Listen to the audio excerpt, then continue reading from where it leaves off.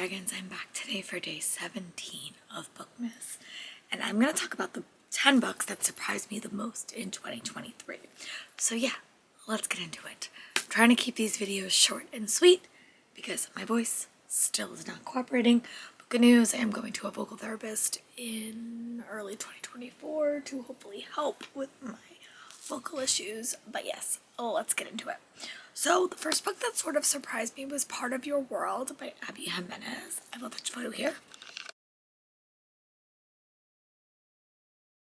This was just a fun romance. I have never read a book that was older woman, younger man. I've never read that trope, and I liked it. I thought it was so interesting and so compelling, and it just worked for me.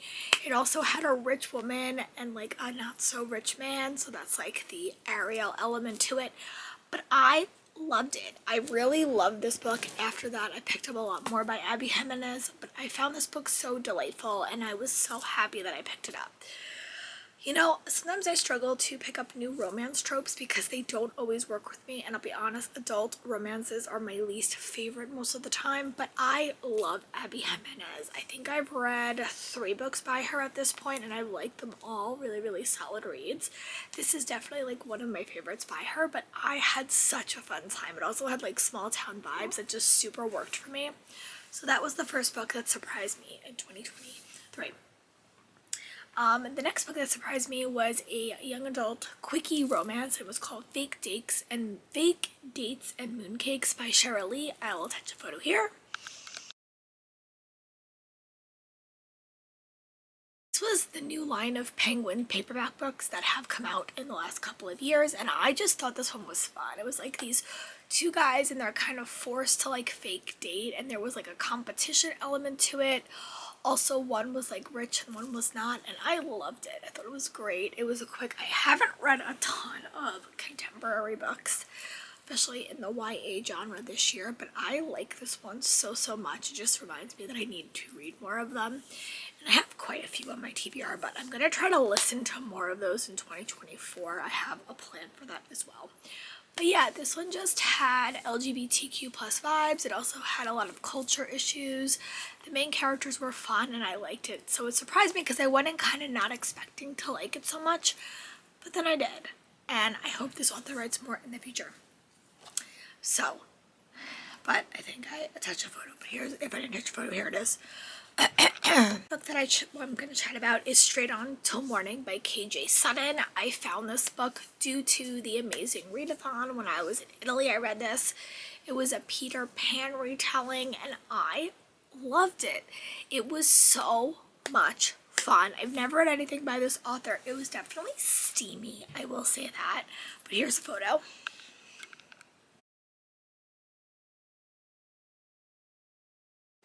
It was definitely like a new take on the story and it just worked.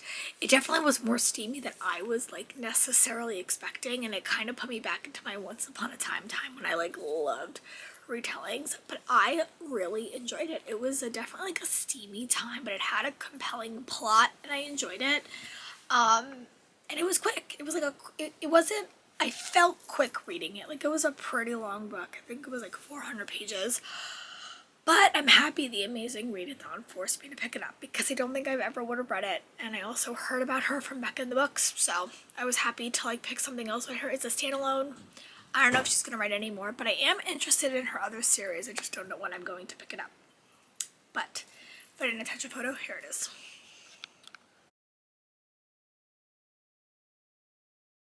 The next book is another adult romance that surprised me, and it is Hello Stranger by Catherine Senner. This book just made me smile. It was a new adult romance that I think I'm going to read more of by this author. I don't think I'm going to love her past books because they're a little bit more like women's fiction-y, but this had a solid romance. Basically followed this main character that was an artist and she got hit by a car and is dealing with face blindness, and there's like a conflicting who she's really talking to element, and I really liked it. I thought it was fun. There was a really cute dog in it, and I just really liked it. So and then later in the year I read The Bodyguard by her, and I loved it. She has a book coming out in 2024 that I want to check out, and I'm definitely going to continue to listen to these if I can. And the next book we are going to chat about is A Study in Drowning by Ava Reed, and this is my Owl Crate edition, which is oh so pretty. I have started to get into the dark academia thing, and this book is definitely my favorite dark academia book that I read. It follows Effie and Preston, and they are in a college, and they're kind of working together to kind of uncover their favorite author's past, and I liked it. It was good, it was gothic, it was creepy, but it also had a lot of elements to the world that I wasn't expecting. It also dealt with like harder topics, which I was here for, and it was a solid read. I definitely want to go back and read her adult books, and I definitely hope she writes more YA. I think she has one about Macbeth coming out soon. But it was a solid read. It was definitely a 5-star read, and I definitely think it might make my favorite years of the read list. And this is how I like when dark academia is done. It gives me characters that I do like, but it also gives me the plots that I like. So I was happy that I found this one. And then the next book that we're going to chat about is The Brothers Hawthorne by Jennifer Lynn Barnes. And I will admit, I was really afraid for this book because it was spinning off into a new series from a series that I really enjoyed. And I liked it. I thought it was great. I think that I definitely dived into both Grayson and Jameson, who were some of my most favorite brothers. I still think Alex, who we got a little bit of him, is my ultimate favorite. But it also let you like dive into the other characters as well and see kind of where they are in their lives right now, which it was solid for me. And yeah, I just really enjoyed it. I was happy that it was a solid read. It was a continuation of the story, but also like a new plot and a new storyline, but you also got to see the other characters, and it was a build-up of that series. And I'm really excited to see where this series ends in 2024, and I'm excited to see what Jennifer Lynn Barnes writes next, because she's definitely my favorite thriller / mystery author. But this was a solid read, and I was a little bit nervous for it. And then the next book we're going to talk about, I don't actually have a physical copy of because it doesn't come out in the US until 2024, and it is The Mysterious Case of the Appleton Angels. I will touch a photo here. This was definitely a different murder mystery set by this author, and I read The Appeal and I didn't love it as much. This book had a lot of different elements, and it basically was these two journalists which was trying to figure out what happened to this cult many years ago, and it was like a full multimedia experience. I think I would have liked listening to the audiobook for this, but I didn't have that chance. I might try to reread it in the future, but this book really was a solid read for me, and I'm really excited to see what this author writes next in the future. But it was one that definitely like kept me guessing, kept me reading, and I thank Megan and Books for the recommendations because I really did enjoy this one. And then the next book that we are going to chat about is The Undertaking of Heart and Mercy by Megan Bannon. This is her foray into cozy fantasy, but it's a little bit of a grim, dark one. I just love this book. Like, it was great. It followed these two characters that were kind of forced to work together, and they don't really like each other. There is like a subtle, cozy mystery plot, and there's a romance at the heart of it, and I just like the characters. It was a solid read.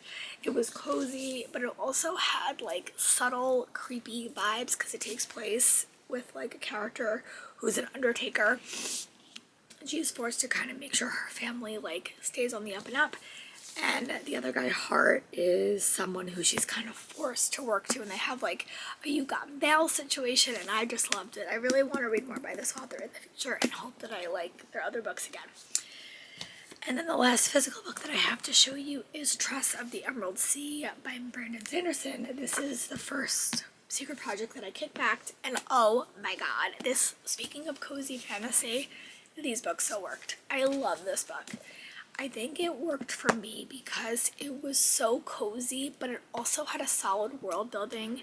The pacing was fun. It also had a lot of seafaring adventures, which if you read about my top reads of the year, there was definitely elements of that. There was also a little bit of elemental magic. It was also loosely inspired by Princess Bride, which I have seen, and I just really liked it. So that is why it's on this list. I want to read the other books in this series. These pictures are just so pretty. So yeah, the last book I'm going to chat about is The Witch is Back by Sophie M. Morgan. I will attach a photo here. This was one of the funnest books I read.